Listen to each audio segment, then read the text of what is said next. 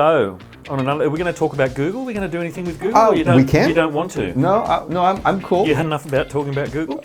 Well, you could say that definitely I've had enough of talking about it. Yep. But how exactly? And this is really what it comes down to. And I've been using this new, call it phrase, to help explain to those people who tend to forget the importance of what Google does, which is Google is not the elephant in the room. It's a herd of elephants. It's that big. And it's, like you're talking 90 some odd % of all search takes place inside of Google. In fact, currently in the news, if you've been paying attention to what's happening in the States, Google's on the stand right now with a lot of the people, the federal government in the States is really questioning them a lot about their behavior, their tactics, and their ethics in business. The retaining of information and sharing of and yeah, selling absolutely. of and Yeah, exactly. There's gathering of information, possible misuse of information. There's a lot of things such as the way in which artificial intelligence is essentially being stilted towards or towards essentially Facebook, Google, and Amazon. They're the three big kings of data right now, and that's a bit of a concern for the future. But for now, we have to focus on what works today, because we can't get to tomorrow unless we deal with what's going on today. And the thing that we need to remember is that Google is still the single most important search engine in the marketplace. They're the first place that people go when looking for something that they don't have any information about. The second most important search engine after Google owns it. It's YouTube. Right? So the world of video is incredibly important, and YouTube being the single most important video search engine that there is out there. So we have to remember that those are the 2 points where research takes place the most. Even if you belong to a business group and you want to communicate as a group, Facebook still has its place for that kind of organization, but you're not going to necessarily do research for something new there. Right? Well, they don't make it particularly easy to research, do they? It's if you do think of something like a piece of software or something that you've heard about and you want to research, you wouldn't think on Facebook. Yeah. Well, a lot of people wouldn't think of looking at it on Facebook. Even when you go to do a search in Facebook itself, it's really difficult to get specific answers for the things you're looking for. It doesn't really work. Exactly. It certainly doesn't work like Google or YouTube. If you're in the business of selling a product or service to an audience that doesn't know anything about you, and also that there aren't current relationships that could connect you to those services, such as a friend or a referral. If you lack those opportunities to find what you're looking for, Google becomes pretty well the only place that people tend to go, generally speaking.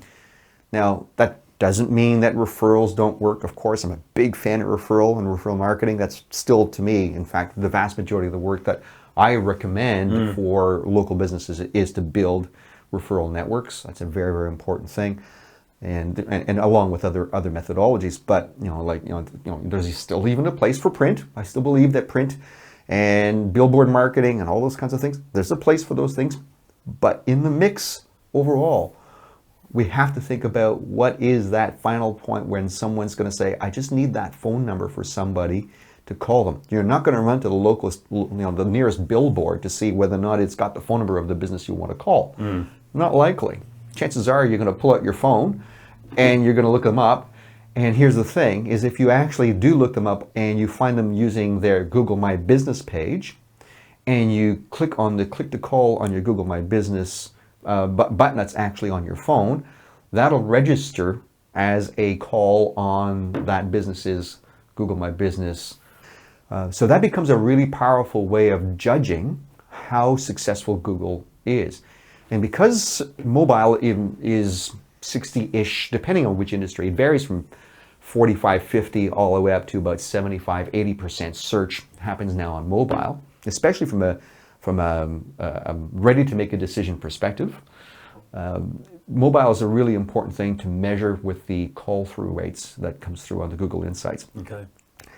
And that's just one of those small things that Google My Business continues to be really important about. And Google is continuing to drive more and more people to use their assets on Google My Business as the one point that they need to be able to find what they're looking for, as opposed to having to go to a website. I think that a website is incredibly important. And in fact, actually, when you look at the inner workings of what SEO happens inside of a website, it's incredibly important. And there's no way you can tell your whole message without having a proper website nowadays for most businesses. That said, on your Google My Business page, you can show photos, you can have your click to call, you can have booking engine connection if you actually have that. Short videos. You can put videos. There's limitations to the videos. They when you upload a video, it cannot be more than 100 megabytes in size. It works out to roughly about a 1 minute video. So it's it'll never be a big 4K production, but you can still put video up on your Google My Business page. So there's a lot of things that it's doing that almost replaces what some parts of what a website or a blog might do. So it's becoming more and more important. Now, interesting that a lot of businesses don't even know that they've got one. Yeah, that's quite interesting. The numbers are improving in terms of the number of businesses that have claimed and verified their Google My Business page. It's still a challenge.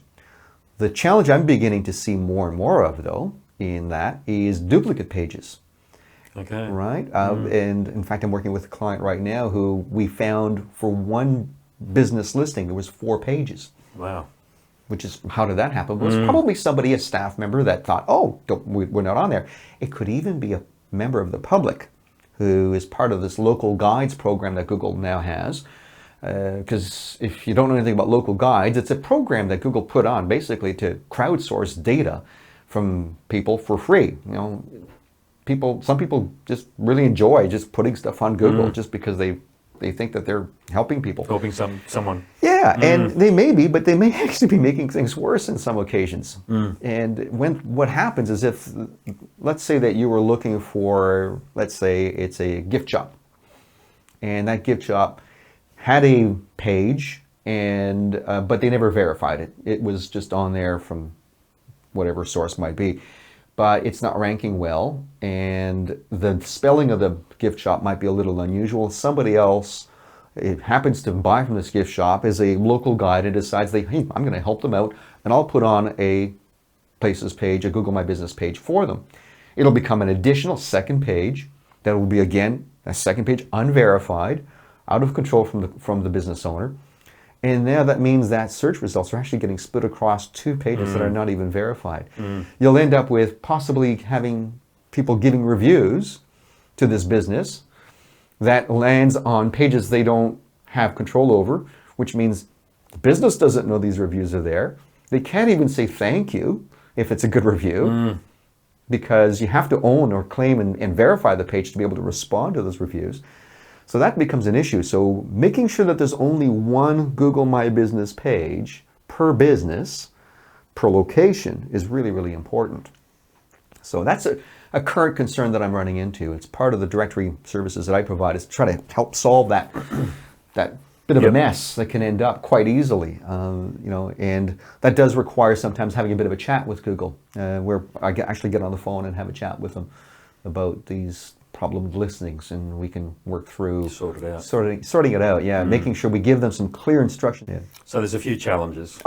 And this is why now, can businesses solve these issues for themselves and by themselves? Absolutely, yes. It's not an impossibility, but it may take them an awful lot of time to do that on their own if they're not familiar with not making sure. What I see is people not explaining themselves clearly enough, in sufficient enough detail to make sure that Google solves the problem properly the first time. Sometimes you want to just say, can you just fix it for me? Well, that may be the worst way to explain something, because if you don't tell them what they're trying to fix, what the context of that business is, Google is very likely to not understand what you're looking for and make it worse. So, it's important to make sure we get that right.